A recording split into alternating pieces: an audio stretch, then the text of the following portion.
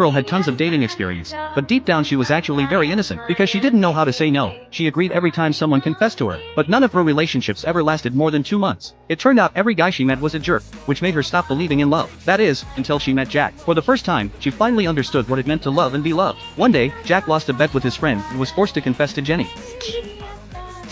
He thought for sure she'd reject him hard, but to his surprise, Jenny said yes. She even pulled Jack home with her the very same day, because in her mind, being a girlfriend meant she had the duty to take care of her boyfriend and fulfill his expectations. But instead of focusing on her, Jack became strangely interested in a nearby cabinet. He pulled open the drawer to peek inside, just as Jenny suddenly walked back into the room. Jenny was known as the prettiest it girl in the whole grade, a dream girl every guy secretly wished for. Wherever she went, she shined like a star. And Jack? He was a total nobody. 16 years single, he had never even held a girlfriend's hand. Even catching a glimpse of Jenny from afar was enough to make his face turn red. Lately, the class had been buzzing with rumors that Jenny changed boyfriends every few months. Jack was curious, sure, but he knew the distance between them could never be closed. And then one day, Jenny suddenly showed up right in front of him. The school had a survey to fill out, and she'd forgotten her pen, so she asked to borrow Jack's. His brain went completely blank. In that instant, he remembered back in first grade, Jenny had been cheerful, friendly to everyone. That's when Jack secretly fell for her. He never thought his unreachable crush would come crashing into reality because of a stupid bet with his friends. Whoever got the highest exam score had to confess to the girl he liked most. So Jack was forced to slip a little love note into Jenny's shoe locker. To his shock,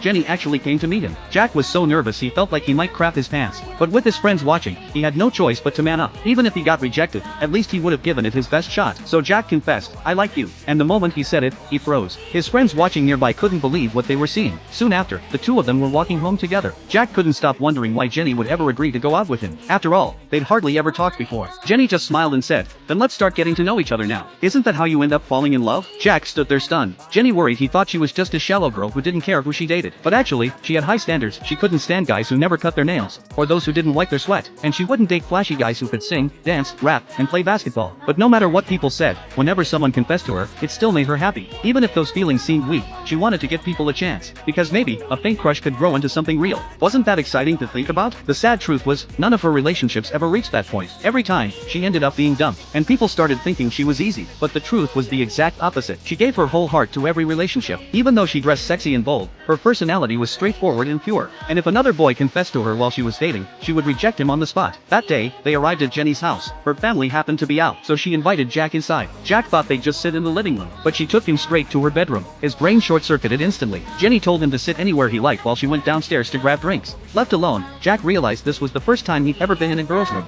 That's when he noticed the cabinet next to him wasn't closed properly. Curiosity tugged at him. He wanted to peek inside. He told himself not to, but his heart was pounding out of control. His brain refused to listen, so he swore he'd only look for 2 seconds. And right at that moment, Jenny suddenly walked back in.